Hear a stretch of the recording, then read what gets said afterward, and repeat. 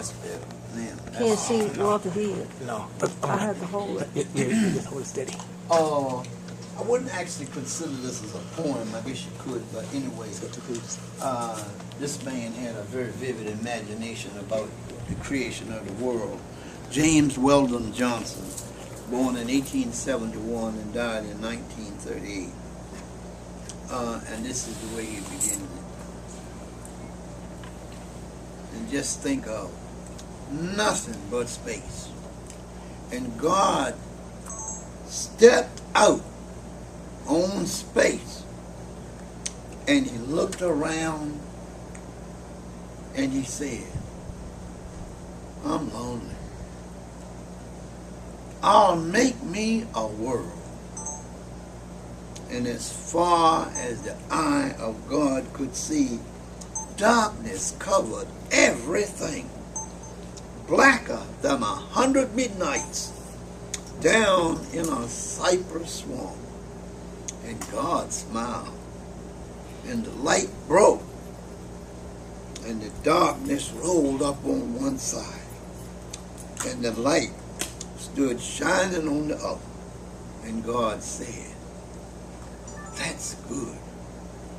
And then God reached out and took the light in his hands, and God rolled the light around in his hands,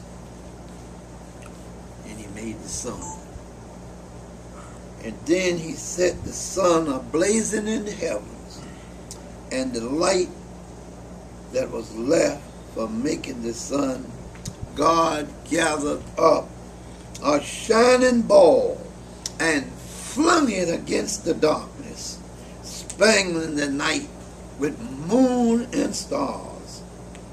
And then down between the darkness and the light, he hurled the world. And God said, that's good. And God stepped himself down, and the sun was on his right hand, and the moon was on his left, and the stars were clustered about his head, and the earth was under his feet. And God walked, and where he trod, his footsteps hollowed out the valleys and bulged the mountains up. And then he stopped and looked and saw that the earth was hot and barren. So God stepped over the edge of the world and spat out the 7 seas. He batted his eyes, and the lightnings flashed. He clapped his hands, and the thunders rolled, and the waters above the earth came down, and the cooling waters came down. Then the green grass sprouted, and the little red flowers blossomed, and the pine tree pointed its finger to the sky, and the oak spread out its arms.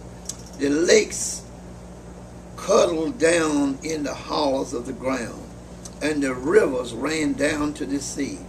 And God smiled again, and the rainbow appeared and curled itself around his shoulder. And then God raised his arm and waved his hand over the sea and over the land, and he said, bring forth, bring forth. And quicker than God could drop his hand, fishes and fowls and beasts and birds swam the rivers and the seas, roamed the forests and the woods, and split the air with their wings. And God said, that's good. And God walked around and looked around of all that he had made. He looked at his sun. He looked at his moon. He looked at his little stars. He looked on his world with all its living things. And God said, I'm lonely still. And God sat down on the side of a hill where he could think. With a deep, wide river, he sat down.